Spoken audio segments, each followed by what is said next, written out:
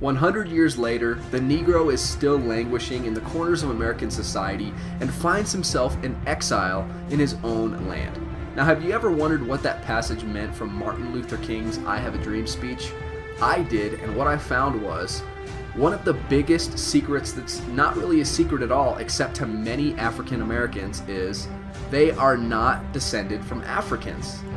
I know, I was shocked too, so much so that I asked Africans, and they agreed African Americans weren't Africans. If you don't believe me, Google Arnaldus Montanus America and see the people he saw in 1671.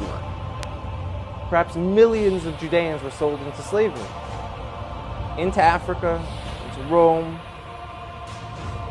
deep into Africa. And if you look now, you're seeing people who are most likely the descendants of those slaves who kept true. And where it gets interesting is, in America, there was a slave trade. And a lot of the slaves, a very high percentage of them, came from Western Nigerian ports. And in America today, you see a very large movement of African Americans who say that they're the real chosen people, that they're the children of Israel, they're the Judeans. You know, so what are they just trying to create an identity for themselves because they were slaves, or is there really something here? And the answer is most likely there is something there. You see, the black African Shemites were actually then taken away in slave ships. Deuteronomy chapter 28, verse 68. So my sources, it's always best to go with Jewish sources, right? Because you just trod on a bunch of toes. So we'll go with the Jewish sources. There's a ton of sources out there, but I'll stick with the Jewish ones because that's just safer. The Jewish scholar Jonathan Shorshak says this: in 1694, Jews owned 9,000 African Shemites. Jewish slaving is in fact confirmed by the Jewish Encyclopedia.